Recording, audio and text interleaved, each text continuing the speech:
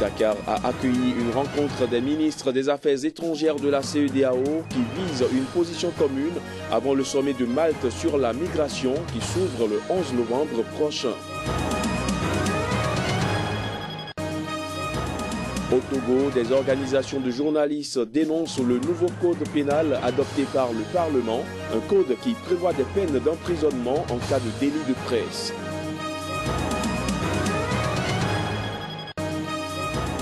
En Centrafrique, les violences ont poussé plusieurs Centrafricains à prendre la fuite.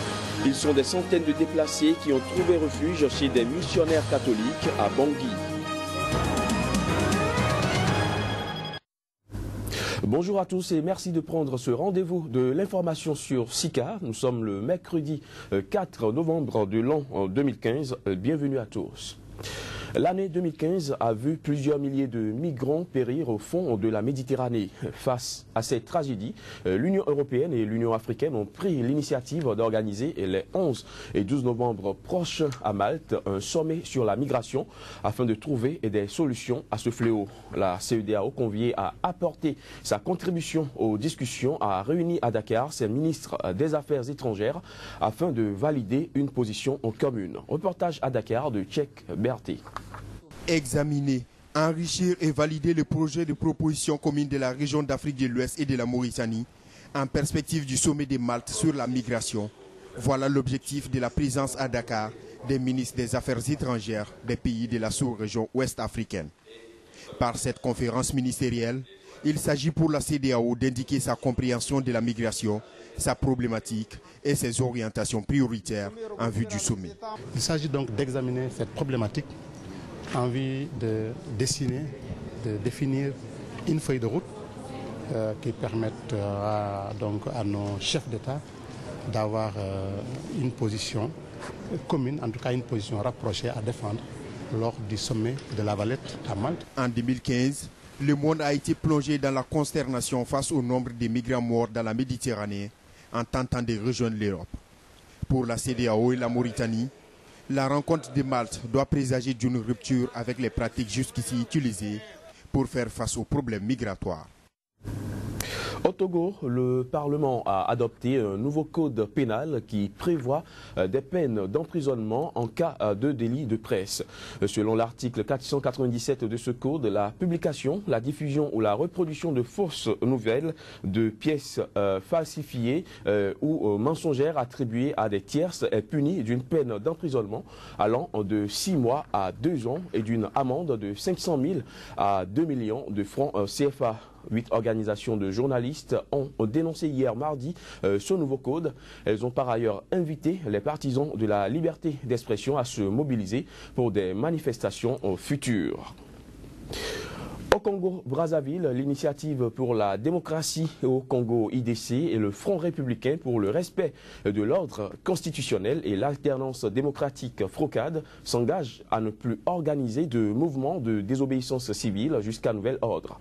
Les négociations avec le pouvoir ont notamment abouti à la levée du blocus mis en place autour des résidences de 2 de leurs leaders assignés en résidence depuis 2 semaines. Le porte-parole de l'IDC, Mabio Mavungu, joint au téléphone par la rédaction de SICA, nous parle ici de cette mesure et des actions à venir. Mabio Mavungu Zinga, bonjour. Bonjour. Pourquoi l'opposition congolaise a-t-elle fait marche arrière dans sa lutte contre le référendum? Nous n'avons pas fait marche arrière. La lutte continue, c'est un processus et nous y sommes encore aujourd'hui. Je ne vois pas comment on peut dire que nous avons reculé.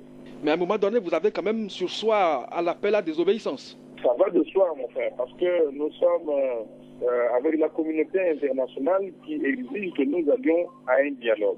Mais si nous devons aller au dialogue, cela veut dire qu'il faut suspendre, je dis bien suspendre, et non reporter sine die.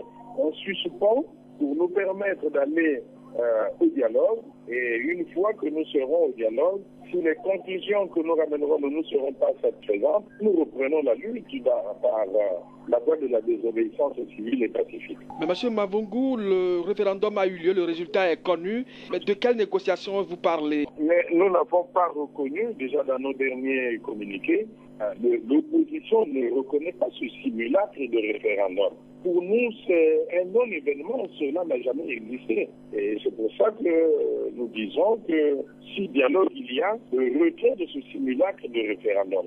Alors, de quelles armes disposez-vous aujourd'hui si entre-temps la négociation n'aboutissait pas et que vous devez continuer le combat? De quelles armes disposez-vous?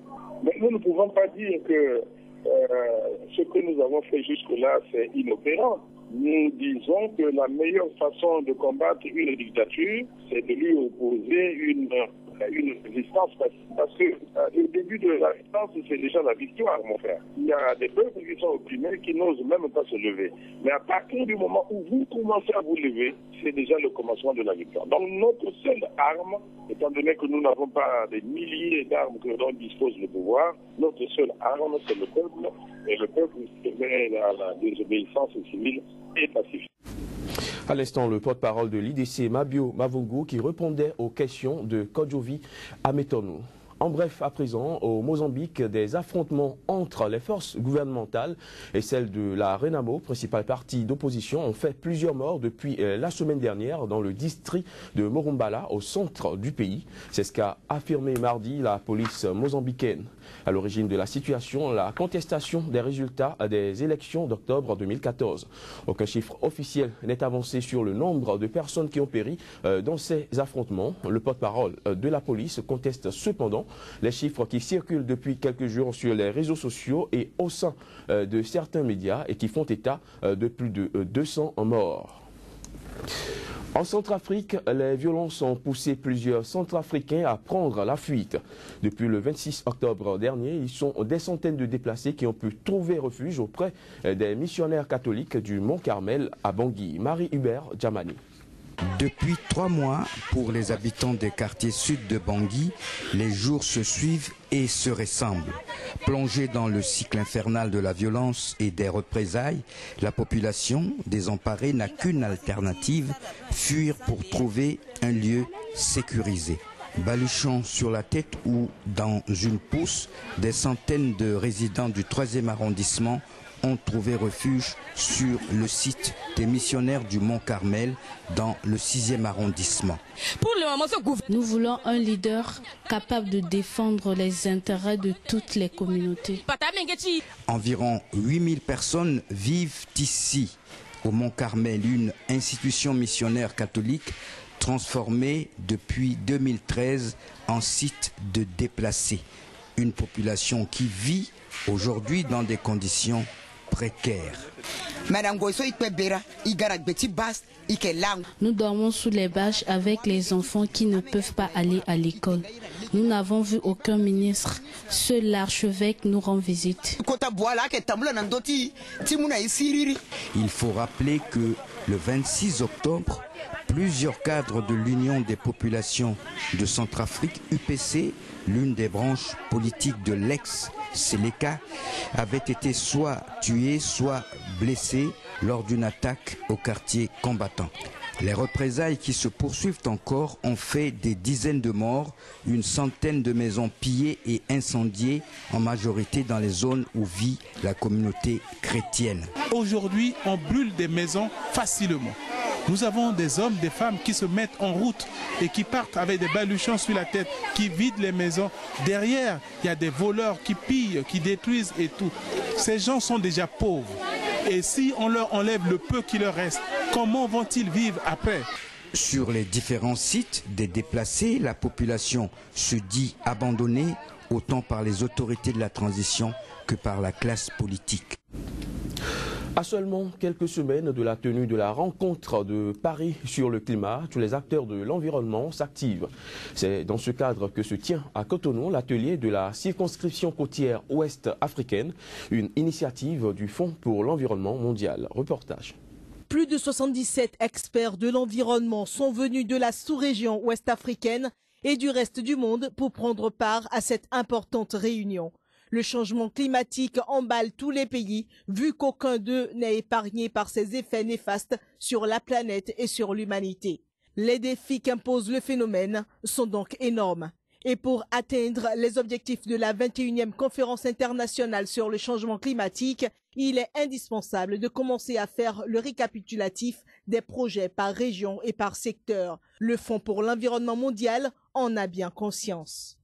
Le Fonds pour l'environnement mondial est en fait le mécanisme de financement de plusieurs conventions liées à l'environnement et en particulier les conventions de Rio, notamment celle du changement climatique, mais également celle de la biodiversité, de la désertification, également des conventions liées aux produits chimiques et également des accords régionaux liés aux eaux internationales, donc les bassins partagés ou les eaux côtières. Les pays au plan mondial bénéficient d'un financement du Fonds pour l'environnement mondial pour mettre en œuvre des activités dont la finalité est la sauvegarde de l'écosystème.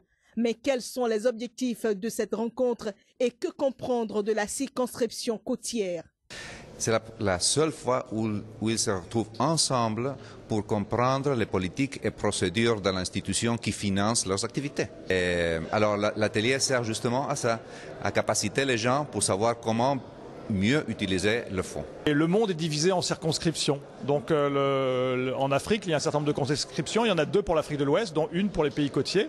Donc c'est pour ça que les 8 pays de la circonscription du FEM sont ici réunis. Cette rencontre pour permettre aux participants de s'approprier les stratégies politiques et procédures du Fonds pour l'environnement mondial sur les questions prioritaires en matière de développement, de mise en œuvre des projets. De cet atelier, les attentes sont grandes. La finalité de ces questions est bien sûr, en plus de la mutualisation des expériences, de pouvoir prendre des mesures appropriées face aux menaces pour la vie sur Terre et de prendre de bonnes résolutions pour une utilisation rationnelle des ressources en raison de la vulnérabilité accrue de nos écosystèmes. Débutée ce 3 novembre à Cotonou, la réunion des experts s'achève le 5 novembre, un préalable qui entre dans les préparatifs de la COP 21. En France, le président du Parlement panafricain, Roger Nkodo Dong, s'est exprimé hier devant l'Assemblée nationale sur le thème de l'électrification en Afrique. Une allocution qui intervient à un mois de l'ouverture de la conférence sur le climat à Paris. Voici les images. À seulement quelques semaines du COP 21 devant se tenir à Paris, le président du Parlement panafricain intervient devant le Parlement français pour lancer un appel et soutenir un projet d'électrification en Afrique.